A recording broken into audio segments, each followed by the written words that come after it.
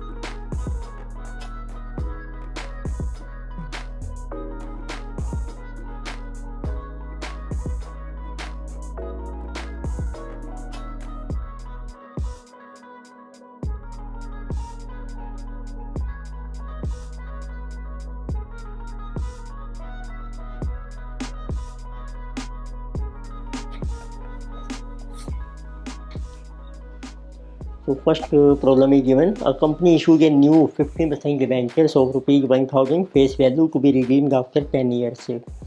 तो कंपनी ने एक नया डिबेंचर इशू किया, देखो आपको मेंशन किए हैं। तो किसी ऊपर 15% डिबेंचर,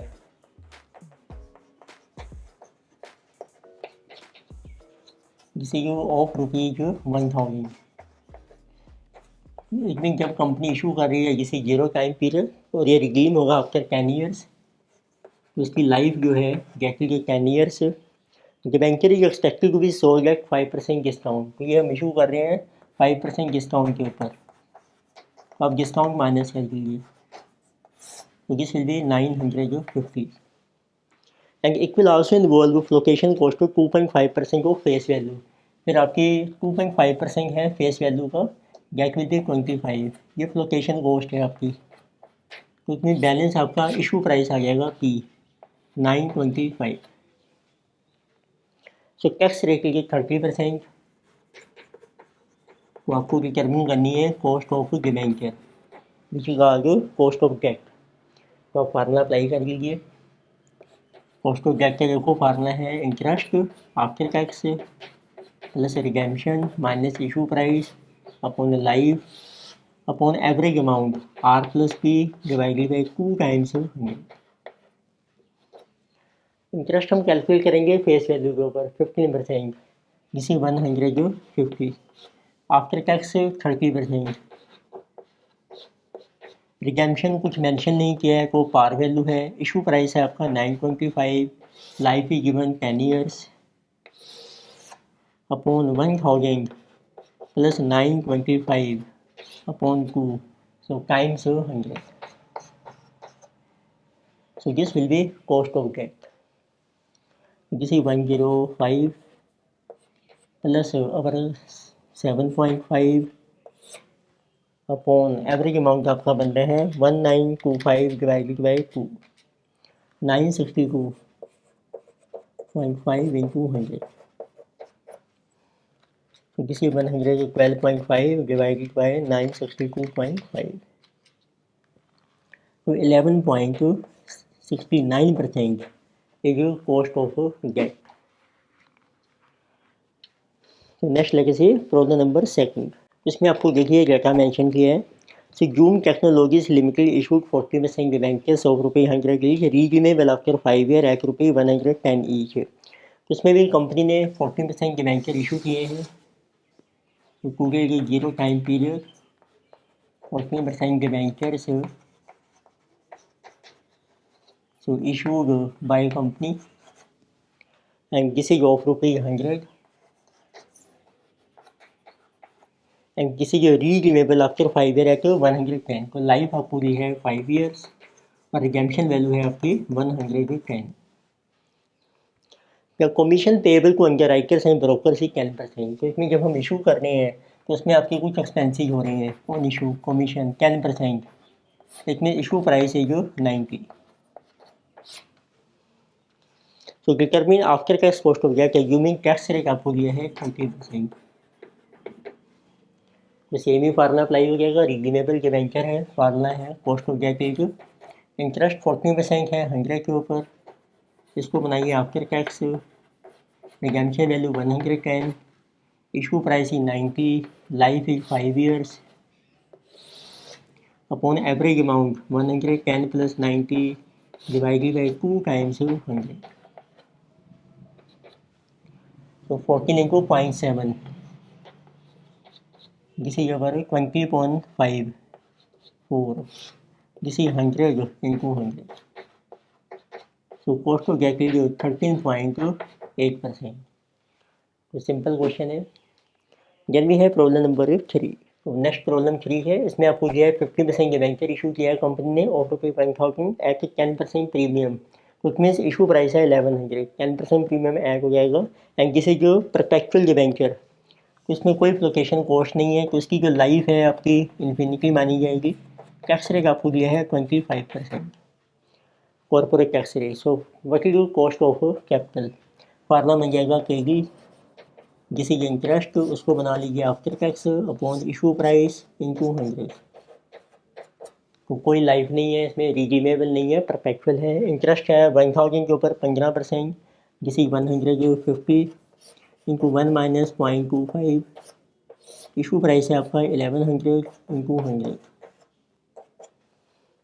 तो this is our cost of debt 150 into 0.75 divided by 1100 into 100। This is 10.227%। Next is problem number 4। तो इसमें आपको मेंशन किया कंपनी इशू जो 12% डिबेंचर्स और ₹100 each debentures are redeemable after expiry of a fix period of 5 year.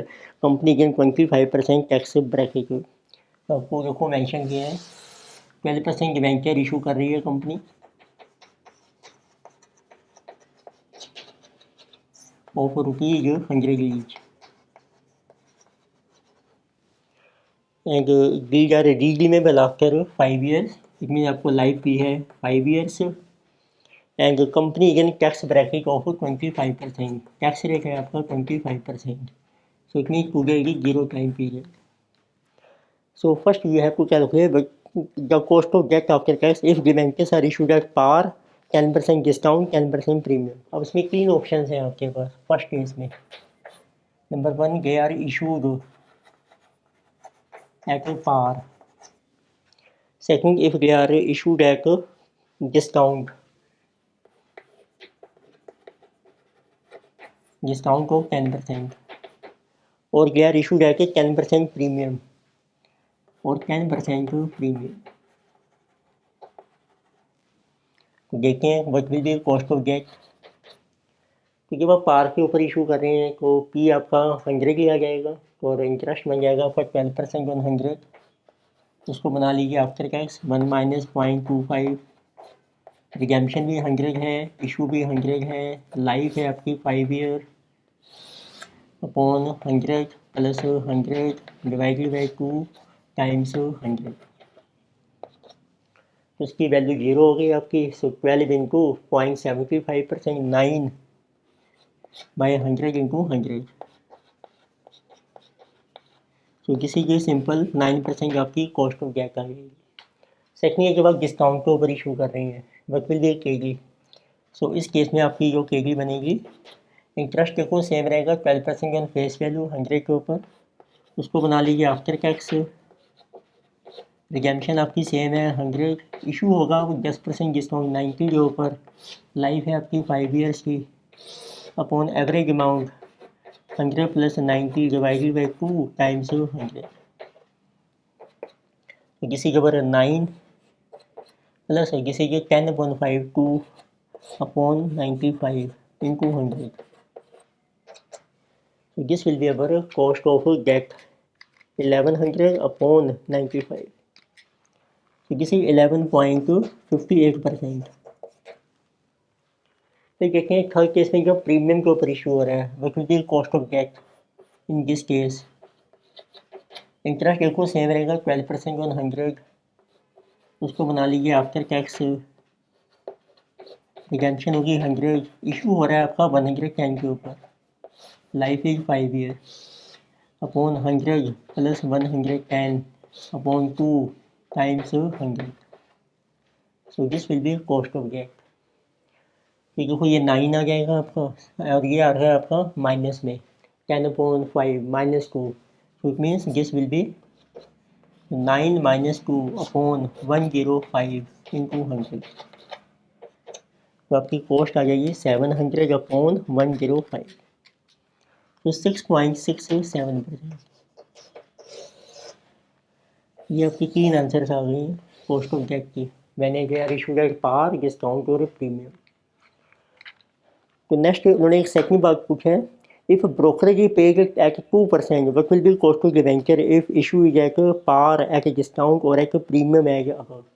फिर तीनों case आपने दोबारा से करनी है। तो सेकंड पार्ट में तीनों केसेज में अब आपको दिया कि देयर इज ब्रोकरेज आल्सो, देखिए 2%, तो ये हम पे करते हैं इशू के टाइम में। तो उससे क्या होगा, इशू प्राइस देखो निकालते हैं सभी का, ये आपने पार पे इशू किया है 100 माइनस कर दो 2%, इशू प्राइस आपका 98, इसमें आपने डिस्काउंट पर इशू किया है तो 100 माइनस 10% 90, इसके ऊपर आपको पड़ेगी 2% ब्रोकरेज 1.8, तो दिस विल बी अवर 88.2। ये आपने इशू किया 10% प्रीमियम 110, उसके ऊपर आपको ब्रोकरेज पड़ेगी 2% 2.2, तो दिस विल बी अवर 107.8। तो इस तरीके से इशू प्राइस आपके चेंज हो जाएंगे। अब आप अप्लाई कीजिए formula, what is the cost of debt. Interest आपका फेस वैल्यू 12 के ऊपर, उसको बनाइए आफ्टर टैक्स 0.75, रिडेम्पशन वैल्यू है आपकी 100, इशू प्राइस है 98, life is over 5 years upon 100 plus 98 divided by 2 इनको 100 कर देंगे, आपकी परसेंटेज आ जाएगी। तो किसी के over 2/5.4 plus over 9 divided by 99 into 100, तो this will B 9.495।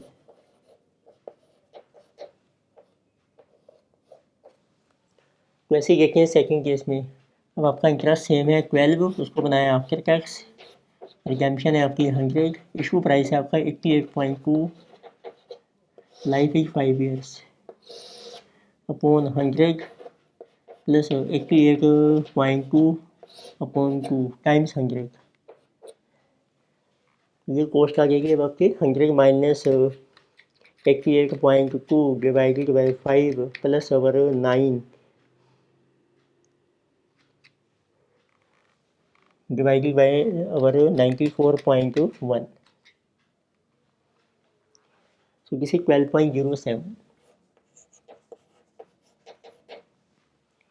Next case में आपका इंटरेस्ट देखो सेम रहेगा 12 फेस वैल्यू के ऊपर, उसको बनाया आपने आफ्टर टैक्स, रिडेम्पशन आएगी आपकी 100, इशू प्राइस है 107.8 upon life is 5 year upon 100 plus 107.8 upon 2,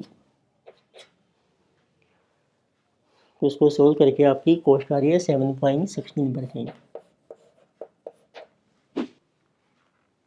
next problem number 5, तो इसमें आपको मेंशन किया है Sapan limited issue ₹100 face value debenture carrying interest of 15%।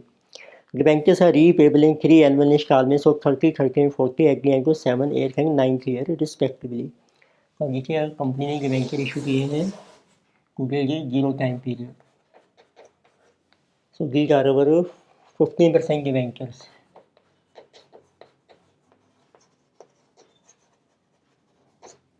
Of ₹100 each, तो कंपनी ने इसको रिडीम करने हैं 3 इंस्टॉलमेंट्स में 30, 30, 40 at the end of 7th, 8th and 9th year, 7th, 8th and 9th। तो आपको रिडेम्पशन की वैल्यू भी है जिसे 30 into 40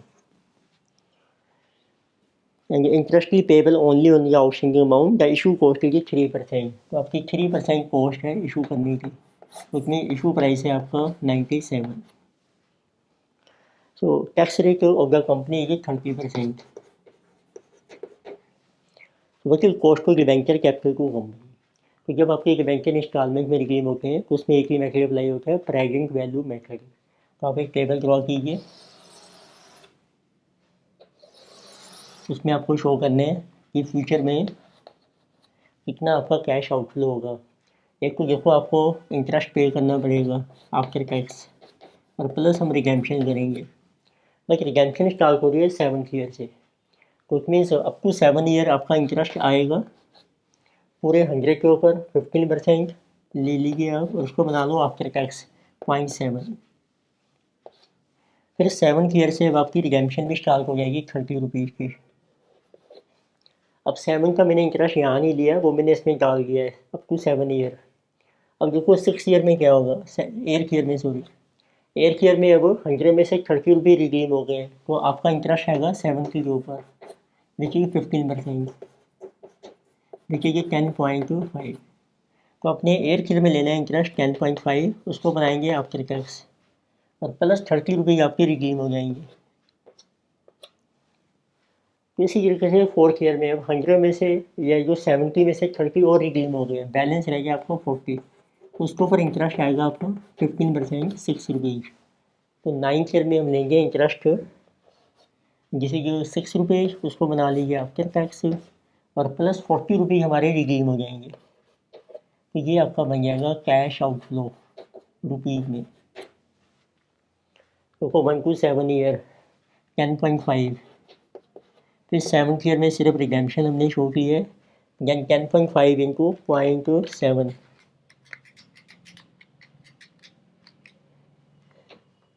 जिसे 7 पॉइंट प्लस 37.5, देन 4.2 44.2। तो अब इस कैश आउटफ्लो की कैलकुलेट करो आप, प्रेजेंट वैल्यू सो गया कि equal to initial issue price है आपका 97। तो आप स्टार्ट कर सकते हैं, लेटेस्ट स्टार्ट देखो कितनी कॉस्ट लेनी है आपके, 50% है, उसको गेम बना के आफ्टर टैक्स वो बन के 10.5%। तो आप स्टार्ट कर सकते हैं, पीवी फैक्टर है तो 10%।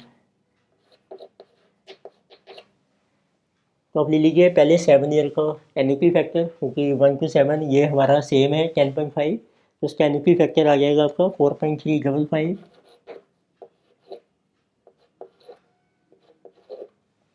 फिर आपको चाहिए सिंगल फैक्टर 7th ईयर और 9th year, 1 divided by 1.1, this is 0.513, यानी कि 0.4665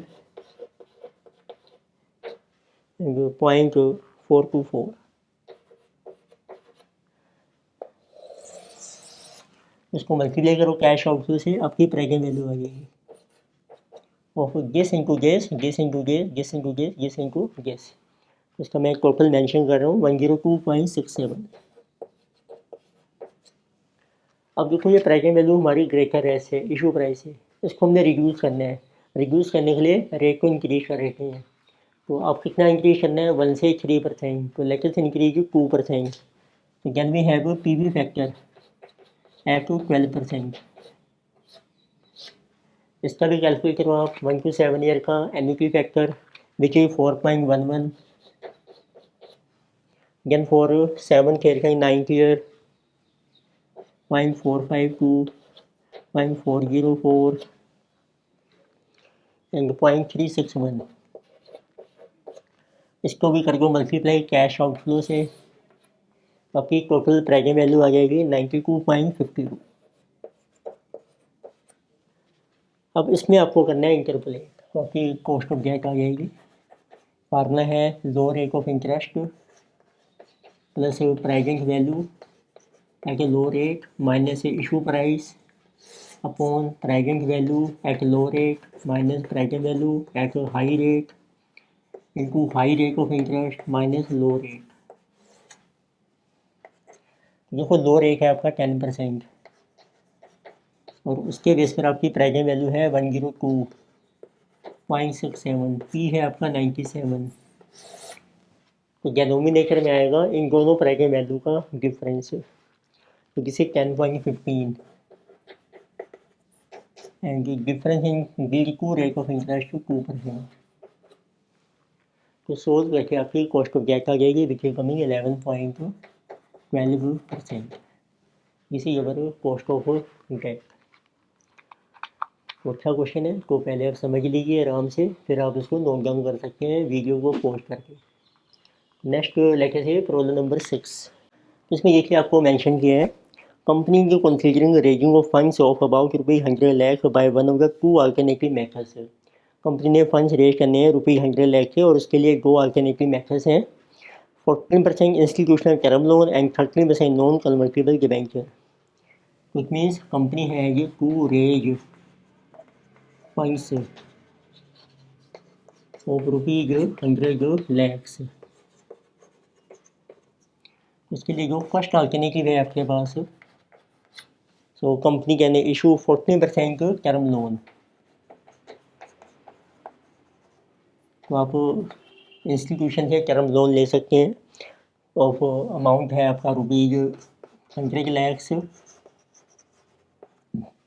और सेकंड अल्टरनेटिव है वी कैन इशू 13%,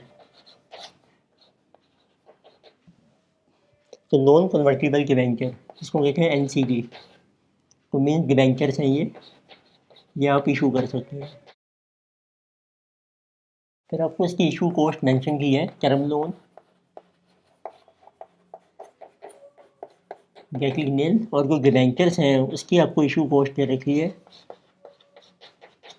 तो जिसे जो गिवन को भी अगर एक को डिस्काउंट है 2.5% और एक आपकी इशू कॉस्ट है 1 लाख की, तो ₹1 lakh and discount 2.5%। So advise a company which is better option based on effective cost of capital in each case, tax rate is 30%। तो टैक्स रेट आपको दिया है कंपनी का 30%।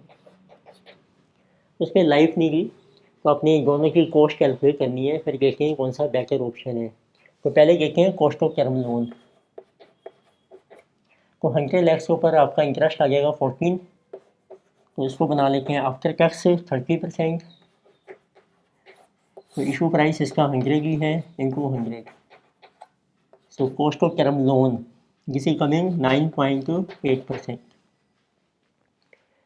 तो ऐसे डिबेंचर में भी कोई लाइफ नहीं है, वकील की कॉस्ट ऑफ डिबेंचर KD, उसका इंटरेस्ट है 13% और 100 लाख के लोन डिबेंचर्स हैं आपके 13, उसको बना लिए अब आफ्टर टैक्स। वहाँ पर इसमें इशू प्राइस जो आएगा आपका 100 लाख में से आपको लेस करना है, एक को 2.5% डिस्काउंट हो गया आपका, फिर हो गया हमारे इशू एक्सपेंसिव 1 लाख के, ये आपका आ जाएगा नेट अमाउंट जो कंपनी को रियलाइज हो रहा है P इंटू 100, लाइफ में की नहीं है। तो किसी 9.1 अपॉन किसी जो है 96.5 इंटू 100, जिसे cost of debenture which is 9.43%, और टर्म लोन की है 9.8%। तो जिसकी लोअर है वो बेटर ऑप्शन है, so this one is lower. ये हमने कुछ प्रॉब्लम से डिस्कस किए इस लेक्चर में, तो नेक्स्ट लेक्चर में हम कुछ और प्रॉब्लम्स आगे कंटिन्यू करेंगे। Thank you.